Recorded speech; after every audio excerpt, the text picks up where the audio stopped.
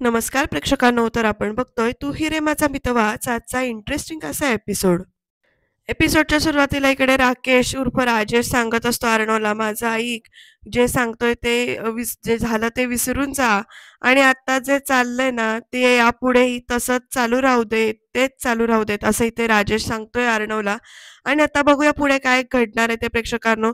कारण इकडे राजेशचं खरं रूप जे काही आहे, ते इकडे अर्णवच्या समोर आलेलं आहे. राकेश इकडे म्हणतोय, "नाहीतर मला काही फार फरक पडणार नाहीये. तू हे जे काही सगळं अंजलीला सांगून तर बघ," असं म्हणतोय बरं का मुद्दामून तो. आणि मग आता अर्णव राजेशकडे बघायला लागलाय. आणि आता बघा प्रेक्षकांनो, राजेश कसं म्हणतोय, "माझ्या प्रेमात तिची अवस्था किती नाजूक आहे. तिला हा त्रास सहनच होणार नाही," वगैरे, वगैरे असं चालू आहे त्यांचं बोलणं इकडे. आणि मुद्दामून आता अर्णव चिडून उठतोय. तर "no, no, no violence, no violence. शांत, शांत." असं इकडे राकेश त्याला म्हणतो अर्णवला. "काही फायदा नाहीये या रागाचा," अर्णव असं म्हणतो. "तुला सांगतोय, आधीसारखा नॉर्मली जग तू आणि मलाही जगू दे." अर्णव त्याच्यावर काही बोलू शकत नाहीये म्हणून राकेश इकडे हसतोयच अजून स्वतःच स्वतः आनंदात उकळ्या फोडतो इकडे. कारण जे काही खरं रूप आहे ते इतक्यात तरी काही सांगू शकत नाही असं झालंय ना अर्णवचं. राकेशच्या जवळ येऊन आता अर्णव परत म्हणतो, "तू मोठा बिझनेसमन आहेस. क्लोज करून टाक हे सगळं," असं सांगतोय बघा कसं राकेश म्हणतो. क्लोज नाही करायचं असलं तर ठीक आहे असं म्हणून सांगतो. आता बघा पुढे काय म्हणतोय तो, "मोठा बिझनेसमन असशील तू, पण बिझनेसचा एक रूल माहीत नसेल तर सांगतो मी तुला." आता काय सांगतोय बघा हा अर्णवला राकेशचा बिझनेसचा नियम. तर कधी-कधी तोट्यातच फायदा असतो असं राकेश अर्णवला इकडे सांगतोय. आणि आता बघूया पुढे काय घडतंय ते. तर राकेश म्हणतोय, "माझं ऐकलं नाहीस ना, तर अंजलीच्या बाबतीत काहीही घडू शकतं." आणि आता शॉक होऊन बघायची वेळ ना अर्णवची आहे. राकेश म्हणतो, "काहीही होऊ शकतं अंजलीच्या बाबतीत, काहीही आणि आणि कधीही होऊ शकतं," असं सांगतोय बरं का आता राकेश. आणि "जादूगाराचा जीव पोपटात," असं पण म्हणतो तो. तो अर्णवला उचकवायची संधी अजिबात सोडत नाहीये. पण आता बघा तो कसं बोलतो, "पायऱ्यांवरून घसरून अंजली खाली पडली तर?" असं विचारतोय आता राकेश. आणि मग त्याच्यानंतर किंवा डॉक्टरांकडे जाताना किंवा तिची गाडी अचानक एका झाडाला आदळली तर? किंवा लिफ्टची केबल तुटून अंजली सकट लिफ्ट खाली आदळली तर? एवढं बोलेपर्यंत ना अर्णव म्हणतो, "just shut your bloody mouth, okay." असं चालू आहे त्या दोघांचं इकडे. अर्णवला रागाला आणायचं काम राकेश पुरेपूर प्रयत्न करतोय इकडे. आणि आता राकेशची गळपट्टी धरली अर्णवने.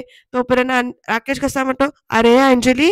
आणि अंजलीचं नाव ऐकल्यानंतर इकडे अर्णव त्याची गळपट्टी सोडून देतो. आणि मग लगेच राकेश त्याच्या गालाला, अर्णवच्या गालाला हात-बीत लावून म्हणतो, "अरे रे रे रे रे! घाबरला चिंटू, घाबरला चिंटू, घाबरला." असं करून चिडवा-चिडवी चालू आहे इकडे राकेशची अर्णवला.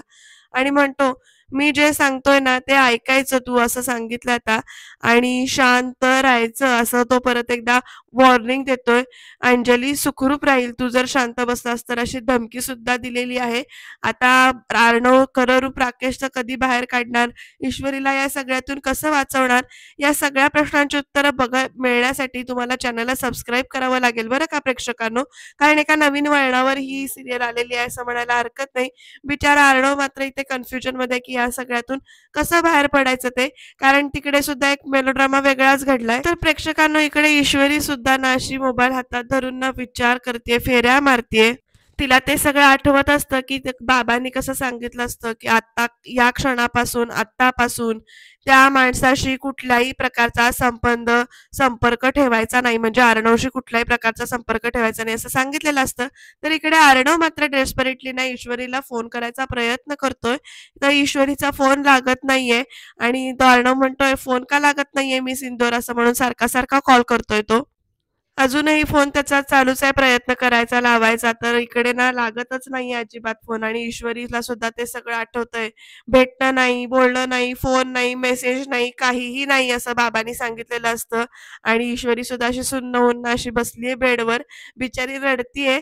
आणि मग आता तिला परत बाबा म्हणतात, ईश्वरीला सांगतात की नंबर ब्लॉक कर म्हणून. आणि बाबा स्वतःच्या हाताने ना फोन घेऊन ईश्वरीचा तो ब्लॉक करून ठेवलेला आहे. आता इकडे अर्णव तर फोन लावतोय, पण फोन लागणार कसा? कारण ईश्वरीचा फोन तर ब्लॉक केलेला आहे. आणि मग आता बघूया पुढे काय घडतंय ते. अर्णवला कळतच नाहीये. तो म्हणतोय, "काय प्रॉब्लेम आहे? काहीच आवाज का येत नाहीये?" वगैरे असं सगळं चाललंय. फोन असा तो ना डेस्परेटली कॉल करतोय, तो डोक्याला हात लावून वगैरे बसलाय.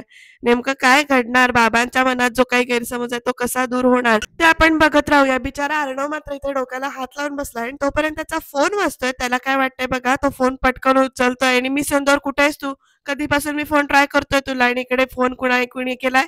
लावण्याने फोन केलाय. ती चिडून कशी म्हणते, "लावण्या हिअर एआर" असं वगैरे बोलते त्याच्याशी. आणि पुढे म्हणते, "मी आपल्या लग्नासाठी ना डेस्टिनेशन फायनल केलंय." आणि आता कुठलं डेस्टिनेशन आहे बघा प्रेक्षकांनो. ती विचारते, "एनी गेसेस काय असेल डेस्टिनेशन?" तर एकदा आपल्या लग्नाची तारीख फायनल झाली की आपण बुकिंग करून टाकू. मीनवाईल गेस कर ना काय असेल आपलं डेस्टिनेशन? तर इकडे अर्णव म्हणतो, "मला नाही गेस करता डेस्टिनेशन काय असेल तूच सांग." असं म्हणून तो बोलतोय एकदम रूडली. तर इकडे लावण्या सांगते, "इंदौर" असं म्हणून म्हणते आणि म्हणते, "I want be Mrs Arnav Raje Shirke in Indore. मला इंदोरमध्ये तुझी लग्नाची बायको व्हायचंय. इंदोरशी तुझं स्पेशल कनेक्शन आहे माहितीये मला एआर." वगैरे असे टोमणे पण मारते आणि म्हणते, "इंदोर, इंदोर, इंदोर इतकं सुपर्ब आहे. तिथली माणसं, तिथलं फूड, तिथलं culture. I am fascinated by it." असं म्हणून सांगते आणि म्हणते, "इंदोर शिवाय छान डेस्टिनेशन असूच शकत नाही." असं म्हणते. "तिथली माणसं इतकी चांगली आहेत ना, लिटरली वेड लावतात, वेड. लाईक फूड, प्लेसेस, कपडे, कपडे, बाकीचं काय सगळं सगळं फॅन्टॅस्टिक आहे. फायनल आहे यार, इंदोर आहे." तर लगेच आता बघूया, मम्माने मला विचारलं ना, की काय डेस्टिनेशन असेल, तर मला इंदोर शिवाय दुसरी जागा सुचलीच नाही. म्हणून म्हटलं पहिलं तुलाच सांगावं मम्माच्या आधी, असं म्हणून लावण्या बोलते आणि म्हणते, "so let's make memories in Indore." असं सांगते बघा प्रेक्षकांनो. आता बघूया इंदोरमध्ये डेस्टिनेशन वेडिंग होणार का अजून कुठे होणार ते. एवढी सगळी लावण्याची बकबक ऐकल्यानंतर ना एआरने फोन कट केलाय. तर "मिस इंदौर ब्लडी हेल" असं म्हणून इकडे लावण्या लगेच ओरडते त्या फोनकडे बघून. चिडते त्या फोनवर सुद्धा. आता पुढे काय घडणार? अर्णव तर इकडे अजून सुद्धा ईश्वरीला फोन लावतोय. फोन काही लागत नाहीये. काय कधी बोलणं होईल बघूया आपण. आणि मग तो एक वाक्य म्हणतोय, "काय चाललंय हे? कुणाचेच फोन का लागत नाहीयेत?" असा प्रश्न त्याला पडलाय. "काहीही करून मी इंदोरला मला भेटावंच लागेल." असा आता अर्णवने ठाण मांडलेला आहे, निश्चय केलाय.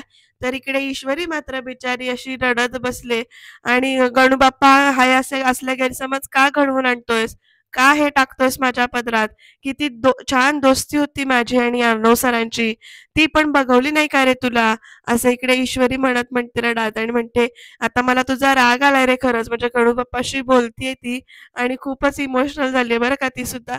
तर प्रेक्षकांना आता तिकडे नम्रता येते तेवढ्यात, पण आता नम्रता आणि ईश्वरी काय बोलतायत बघा. नम्रता ईश्वरीच्या आधी खांद्यावर हात वगैरे ठेवते कारण ईश्वरी अशी सुन्न होऊन बसली आहे ना अशी रडत असल्यासारखी. तर ईश्वरी परत एकदा सांगते नम्रताला की मी नाही भेटणार असं म्हणून. अर्णव सरांना भेटून बाबांच्या इच्छेचा मान मी म्हणजे मोडणार नाही. मी नाही भेटणार अर्णव सरांना. तर नम्रता म्हणते तिला, "इशू अगं पण तू बाबांना न सांगता तर भेटू शकतेस ना?" असं विचारते ती. आणि मग म्हणते, मी प्लॅन करून देईल सगळं." तर प्रेक्षकांना ना ईश्वरी म्हणते की "नाही, नाही ताई नाही. बाबांना हे असं मी नाही फसवू शकणार. कदाचित ताई आता माझी आणि अर्णव सरांची खरंच कधीच भेट होऊ शकणार नाही." असं इकडे ईश्वरी म्हणतीये. माझ्या जिंदगीच्या पुस्तकात कधीच ना हे दोस्तीचं चॅप्टर म्हणजे इथून पुढे म्हणजे कायमचं बंद झालंय असं इकडे ईश्वरीना रडत-रडत नम्रताशी बोलते. प्रेक्षकांनो खरंच अशी जेव्हा दोस्ती बंद वगैरे करा म्हणतात किंवा मैत्री तोडा असं सांगतात तेव्हा किती हर्ट होत असेल ना? तर बघूया पुढे काय घडतंय ते. ईश्वरी तर अशी सुन्न होऊन सांगते की माझ्या पुस्तकातलं दोस्तीचं चॅप्टर हे असं बंद झालंय. तर नम्रता तिला समजायचा प्रयत्न करते पण ती तिचं काही ऐकून घेत नाहीये. गैरसमज किती मोठा शत्रू आहे हे आपल्याला आता या निमित्तानं बघायला मिळत असेल.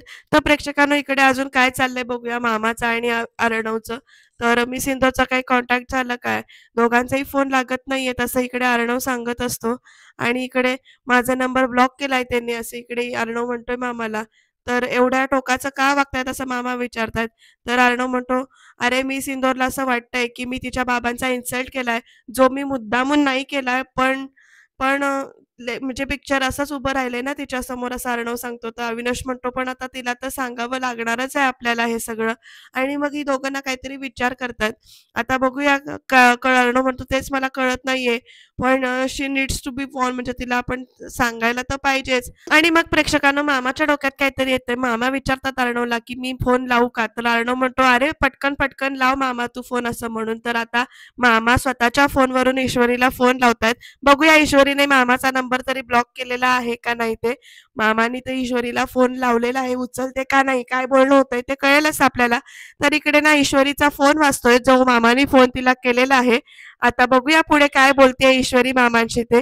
ईश्वरीने फोन उचलला, हॅलो असं ती म्हणते. तर हॅलो ईश्वरी, अविनाश मामा बोलतोय. तर ईश्वरी म्हणते, मामा बोला ना. अहो का अंजली ताईंची तब्येत ठीक आहे ना वगैरे ती विचारते. तर मामा म्हणतात, "हो, ती ठीक आहे. मला आहे ना तुझ्याशी 2 मिनिटं बोलायचं होतं वगैरे." तर ईश्वरी म्हणते, "एक मिनिट मामा. तुम्ही आता फोन अर्णव सरांना देणार असाल किंवा जर त्यांना भेटायला सांगणार असाल, तर प्लीज असं काही करू नका. कारण काय आहे, कारण मला इच्छा नाहीये. मला त्यांना भेटायची किंवा बोलायची सुद्धा इच्छा नाही." असं ईश्वरीना नॉनस्टॉप बोलून रिकामी होते. अविनाशला काहीच बोलू देत नाही. तर "बरं ठीक आहे, मला सांग तू कशी आहेस?" असं मामा विचारतात. तर ईश्वरी म्हणते, "बरं मी ठीक आहे." आणि मग "ठेव फोन" असं म्हणून ती विचारते आणि फोन ठेवूनच देते डायरेक्ट. म्हणजे ती मामांचं काहीही ऐकून घेत नाही. बोलते आपल्या मनातलं आणि सरळ रिकामी होते. अर्णव विचारत असतो इकडे मामाला काय झालं? तर अविनाश म्हणतो, "ठेवला तिने फोन. तुला भेटायची आणि तुझ्याशी बोलायची तिची अजिबात इच्छा नाहीये." असं मामाने परत एकदा अर्णवला सांगितलंय. खूप दुखावली गेलेली ती असं मामा तिला अर्णवला सांगतात. तर तिला परत मेसेज करून टाक, खरं-खरं सांग वगैरे सांगतायत. आणि मग अर्णवचं ऐकून ना मामा लगेच इकडे मेसेज टाइप करायला जातो. खरं मेसेज जात नाही प्रेक्षकांनो. कारण सेंट असं तो म्हणतो. तर अर्णव विचारतो, "काय झालं?" तर मेसेज जात नाहीये. कारण बहुतेक तिने माझाही नंबर आता ब्लॉक करून टाकला असं इथे अविनाश म्हणतो अर्णवला. आणि तिला खरंच खूप वाईट वाटलंय. तर अर्णव म्हणतो, "वाटणारच ना मामा. अरे तिचा राग मी समजू शकतो." असं इकडे अर्णव सांगतोय. तिला असं वाटतंय की तिच्या बाबांचा मी इन्सल्ट केलाय. म्हणजे माहिती नाही, मी मुद्दामून असं काही केलेलं नाहीये, पण झालंय असं सगळं असं इकडे म्हणतो, की मी कुठल्या मेंटल स्टेजमध्ये होतो किंवा इतक्या डेस्परेटली तिला सगळं सांगायला जात होतो त्या राकेशबद्दल. आणि हे सगळं घडून गेलं रे मामा त्या ह्याच्यात. असा अर्णव सफाई देतो इकडे अविनाशला. आणि आणि म्हणतो पुढे, "तिला आता मी कसं सांगू की तिचा होणारा नवरा हा माझ्या ताईचा नवरा आहे, तो राकेश नाही राजेश आहे. हे सगळं मी कसं सांगू?" असा प्रश्न पडलाय अर्णव. मामा म्हणताय तिथे, "अर्णव आपली अंजली तर फसली रे, पण ईश्वरीला फसताना उघड्या डोळ्यांनी आपण बघू शकत नाही. इव्हन ईश्वरीच्या जागी ना दुसरी कुठलीही मुलगी असती तरी सुद्धा आपण तेच केलं असतं." तर अर्णव म्हणतो, "करेक्ट आहे मामा, पण तिला भेटायचं कसं?" तर अविनाश म्हणतो, "भेटायचं कसं ते मी बघतो." मग आता इथे या दोघांचं प्लॅनिंग काहीतरी चालू आहे. ईश्वरीच्या घरच्यांना जर सगळं सत्य कळलं तर आणि ते जर का जाब विचारायला इथे आले आणि त्यांनी अंजली समोर इकडे असं सगळं चालू झालं, तर आपण हे सगळं कसं हँडल करणार आहोत? असं इकडे ना मामा विचारतायत अर्णवला. आणि आपण सगळीकडून अडकलोय रे आपण असं सांगतायत इकडे अर्णवला. आणि अर्णवला सुद्धा टेन्शन आलंय. आणि "होय रे बाबा, मामा आपण अडकलोय, पण मी सिंदूरला हे सगळं कळलंच पाहिजे, हे सगळं सॉर्ट आउट झालंच पाहिजे." असं आता अर्णवने ठरवलंय. बघूया पुढे काय घडणार आहे ते, कधी कळणार आहे ते. तर प्रेक्षकांनो इकडे आता लावण्या आणि वल्लरी दोघी जणी बोलतायत. वल्लरी हाक मारते लावण्याला, म्हणते, "लावण्या सासू ओल्ड लेडी समोर असा असा मेलोड्रामा कर की लग्नाचा मुहूर्त लवकर काढायचं प्रेशर आलं पाहिजे हा त्यांच्यावर." तर लावण्या म्हणते, "मामी मी मेलोड्रामा करेन, पण आजीनं कन्व्हिन्स करणं बोलणं एवढं सोपं आहे का?" तर लावण्याला म्हणते वल्लरी, "सगळ्या गोष्टी सोप्या कशा असतील? जरा विचार कर ना." तर ती ईश्वरी अर्णवच्या एवढी मानगुटीवर येऊन बसलीये की जरा उशीर झाला तर नाचून म्हणून चक्क घरातील तुमच्या ही भीती घाल त्यांना असं म्हणून सांगते इकडे लावण्याला. वल्लरी लावण्याला अजून काय काय टिप्स देत असते. तोपर्यंत आता इकडे राकेश आलाय. बघूया आता पुढे काय घडतंय ते. राकेश येऊन त्याच्या जवळ असं दोघींना बघतोय बोलताना. कारण इकडे वल्लरी सांगत असते लावण्याला की जरा रड-बीड मेलोड्रामा कर आणि सगळं हे कर. तर लावण्या सुद्धा तयार होते. बघाच आता मी कसा मेलोड्रामा करते वगैरे. तर ऑल द बेस्ट दोघी एकमेकींना देतात असं चाललंय. "अरे वा लावण्य," असं म्हणत आता राकेश एंट्री घालतो आणि म्हणतो, सकाळ सकाळी इकडे लग्नाचा मुहूर्त ठरवायला का? तर येस जिजू, परफेक्ट गेस केलं तुम्ही. Very good. लवकरात लवकरचा मुहूर्त ठरवायला सांगा त्यांना. असं लगेच इकडे राकेश म्हणतो. तर लगेच वल्लरी म्हणते, काय हो जावई, ह्या दोघांच्या लग्नाची घाई, तुम्हाला काय इतकी घाई आहे? तर असं का करता मामी? मला नाही तर कुणाला घाई असणार, असं राकेश विचारतोय बरं का इकडे उलट्या तोंडाने. आणि म्हणतो, अहो माझा एकुलता एक मेवणा आहे ना, त्यामुळे तो लवकरात लवकर छान सेटल झालेला पाहायचंय मला. आणि आता तुम्हा दोघींचंही किती छान पटतंय, किती गुळपीट जमलंय ते पाहतोय ना मी, असं म्हणून टोमणा पण मारतो बरं का हळूच. आणि म्हणतो म्हणून घाई केली, बाकी काही नाही. आता तोपर्यंत प्रेक्षकांनो बघा, आजी येते तिकडनं. आणि आजी आल्यानंतर लगेच साळसूतपणाचा आव्हानाला इकडे राजेश तयारच आहे. तो आधी नमस्कार वगैरे करतो आणि लावण्याला खुणेनं सांगत असतो, गुड मॉर्निंग आजी, आणि नमस्कार कर वगैरे. तर लगेच वल्लरी नमस्कार करायला वाकणार, तोपर्यंत आजी म्हणते, नाही नाही, तू चुकीच आहेस, तुला पाया पडून आशीर्वाद घ्यायची काहीच गरज नाही, असं म्हणून ना बोलायला चालू करते. आणि लावण्या तिकडे हसते बरं का गालातल्या गालात. तर आता आजी म्हणतात, जावे बापू, तुम्ही कुठे बाहेर निघालाय का? तर राकेश कसा म्हणतो, हो आजी, एक अर्जंट काम आलंय म्हणून जावं लागतंय मला वगैरे सांगतोय. आणि जरा अंजलीच्या काळजीने खरं तर पाय निघत नाहीये माझा.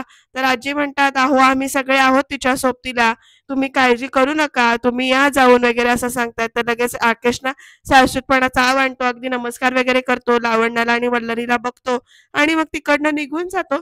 आणि तो निघून गेल्यानंतर जावई बापूंना ना अंजलीची ना सतत काळजी असते, असं आजी म्हणताय तिकडे. आणि लग्नानंतर तू ही अर्णवची अशीच काळजी घेशील अशी माझी अपेक्षा आहे हो, असं लगेच ना लावण्याकडून बघतात. म्हणतात, लावण्या म्हणते, आजी तुमच्या सगळ्या एक्सपेक्टेशन ज्या काही आहेत त्या मला पूर्ण करायच्या आहेत, असं सगळं आता लावण्याचं म्हणणं चालू आहे.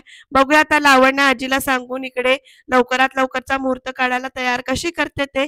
तर तुम्ही चॅनलला सबस्क्राईब करून ठेवा. तर इकडे प्रेक्षकांना ना नम्रता ईश्वरीला हाक मारते आणि म्हणते, इशू बरं वाटतंय ना तुला आता? तर ईश्वरी म्हणते, हो ग ताई. तो पण एक फोन वाजतोय आणि आता फोन कुणाचा आलाय बघा हा. तर अननोन नंबर आहे. तर ते म्हणतात, हॅलो ईश्वरी स्वीट्स. तर ईश्वरी म्हणते, हो ईश्वरी स्वीट्स मधून बोलतेय, ईश्वरी देसाईच बोलते, बोला. तर म्हणतात, नमस्कार, मी सुभाष शेंडे बोलतोय. आणि आता स्पीकरवर फोन लावलाय बरं का. ते म्हणतात, माझ्या बायकोने ना तुमच्याकडून मिठाई ऑर्डर केली होती, तिला ती खूप आवडली होती आणि आता मला त्याच्या संदर्भातली ना बल्क ऑर्डर द्यायची आहे. मला मी मोठी बल्क ऑर्डर द्यायची म्हणत होतो, त्या संदर्भात तुमच्याशी बोलायचंय. आणि मग प्रेक्षकांनो हे ऐकून ईश्वरी आणि नम्रता खुश होतात.